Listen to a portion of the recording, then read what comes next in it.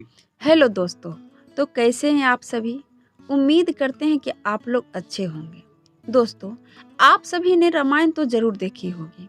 रामायण में एक ऐसा सीन आप लोगों ने ज़रूर देखा होगा कि जब लंकापति रावण माँ सीता जी का हरण करके लंका ले गया था, तब लंका में सीता जी वट वृक्ष के नीचे बैठकर चिंतन करने लगी थी।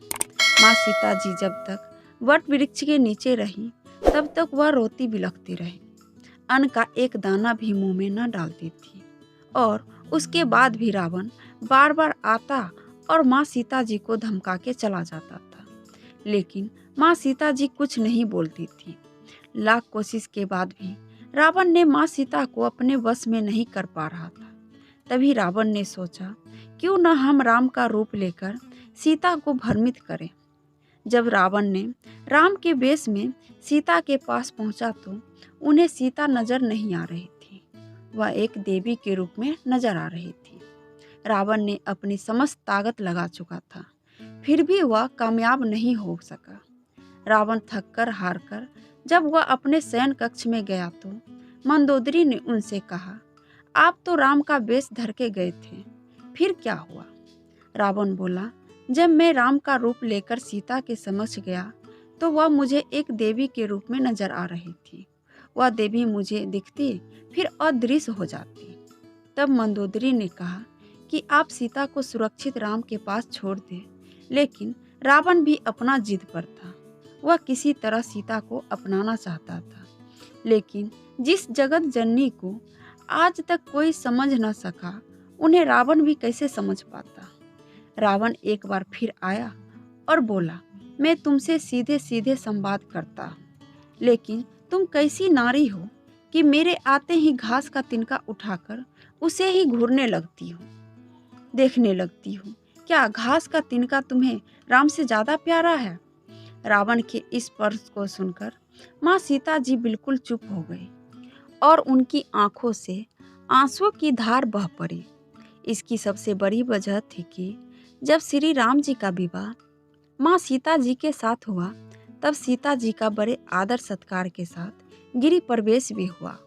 बहुत उत्सव मनाया गया। प्रथा अनुसार नववधू के विवाह पश्चात जब ससुराल आती है तो उसके हाथ से कुछ मीठा पकवान बनवाया जाता है, ताकि जीवन भर घर में मिठास बनी रहे। इसीलिए माँ सीता जी ने उस दिन अपने हाथों से खीर बनाई और समस्त परिवार, राजा दशरथ एवं 3 रानियों सहित 4 भाइयों और ऋषि संत भी भोजन पर आमंत्रित थे। माँ सीता ने सभी को खीर परोसना शुरू किया और भोजन शुरू होने ही वाला था कि जोर से एक हवा का झोंका आया। सभी ने अपनी अपनी पतीले संभाले। सीता जी बड़े गौर से सब देख रही थी। ठीक उसी समय राजा दशरथ जी के खीर पर एक छोटा सा घास का तिनका गिर गया, जिसे माँ सीता ने देख लिया। लेकिन अब खीर में हाथ कैसे डाले, ये प्रश्न आ गया। तो माँ सीता ने क्या किया, उन्होंने दूर से ही उस तिनके को घूरकर देखा तो वह तिनका जलकर राख के एक छोटी सी बिंदु बनकर रह गया। सीता जी ने सोचा कि अच्छा हुआ कि किसी ने कुछ नहीं देखा। लेकिन राजा दशरथ माँ सीता जी के इस चमत्कार को देख रहे थे। फिर भी दशरथ जी चुप रहे और अपने कक्ष पहुंचकर माँ सीता जी को बुलवाया। फिर उन्होंने सीता जी से कहा कि मैंने आज भोजन के समय आपके चमत्कार को देख लिया था। आप साक्षात जगत जननी स्वरूपा है। लेकिन एक बात मेरी जरूर याद रखना, आपने जिस नज़र से आज उस तिनके को देखा था, उस नज़र से आप अपने शत्रु को भी कभी मत देखना। इसीलिए माँ सीता जी के सामने जब भी रावण आता था तो वह उस घास के तिनकों को उठाकर राजा दशरथ जी की बातें याद कर लेती थी।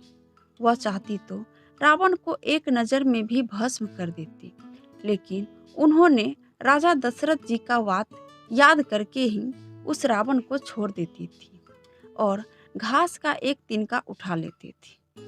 तो दोस्तों, ये रहस्य भरी कहानी आपको कैसी लगी, हमें कमेंट में ज़रूर बताएं।